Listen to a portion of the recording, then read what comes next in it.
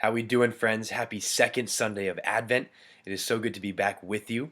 I'm sorry I've been doing a lot of traveling this weekend, haven't had a chance to post a video these past few days, but it's a joy to be back again and acknowledging the finishing up, the ending of this first week of Advent and the joy that it's brought, and looking forward to week number 2. We are pressing right on to the goal towards Christmas. It's amazing how quickly this time moves, but at the same time how beautifully it moves and how much we really need to soak in this incredible season of Advent. We've been talking a lot about this notion of giving and receiving, the notion of the reality of love, that we need to receive the gift of the other and give our presence in full return. In addition, we've been talking about the notion of journeying forward in the season, but at the same time, how much Christ is journeying forward toward us, infinitely more than we seek after Him. He is seeking after us, and what joy we find in that. Tonight, the reflection is going to be all about the notion of waking up in love, waking up to love. Archbishop or Bishop Fulton Sheen, when he was still living and preaching and ministering to God's people here in this country years back, he would say, "There's two ways that you can wake up in the morning. Either it's good God, morning, or it's good morning, God." And it's a funny little way of saying that as we begin the day, as we transition from the dreariness and the drowsiness of sleep and get up for the day, which I know is difficult for me and I'm sure for many of you, we make this transition. And what are we waking up to?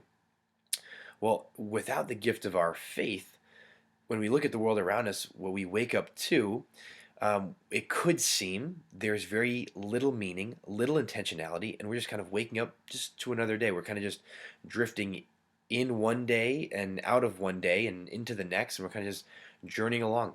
And there's kind of no rhyme or reason. It's just we're kind of just going, just moving.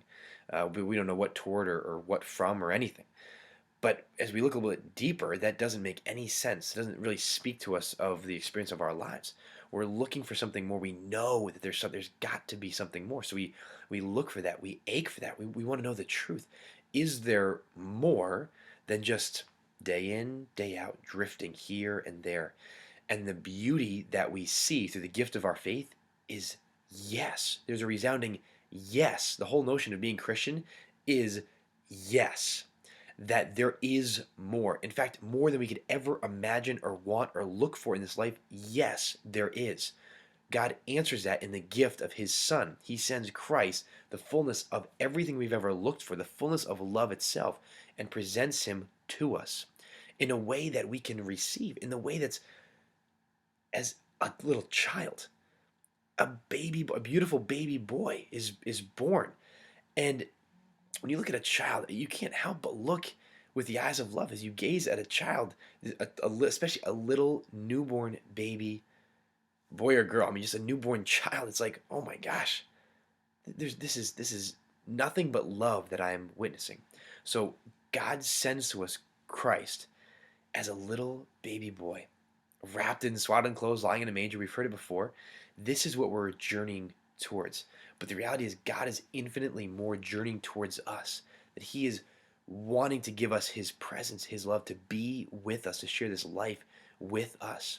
That's amazing. It's the heart of the Advent season, the heart of the story of Christmas, the heart of the story of Christianity, the story of our lives, of this whole world. And that's what we're journeying towards as we go forward. And that's what we need to keep pressing on towards and acknowledging that as we go forward, we are waking up more and more every day. We're waking up to the reality of a love in our lives. That love is what's driving us. Love is making sense of all of this around us. That love is truly our goal, the beginning, the end, and everything in between. I know it's so hard to see that, especially the world we live in our own lives. We are separated from that because of sin, because of death, because of all the hurt, the tragedy, the brokenness that we experience that's brought about through sin. But that's exactly what Christ comes to save us from. That's why we so desperately need a Savior. And that's our hope, that's our prayer, and that's exactly the longing that Christ Himself comes to answer in the joy of Christmas. So let's keep pressing on to the goal, assured that our God always answers the deepest cry of our heart, which is ultimately for Him. God bless you guys. Talk to you soon.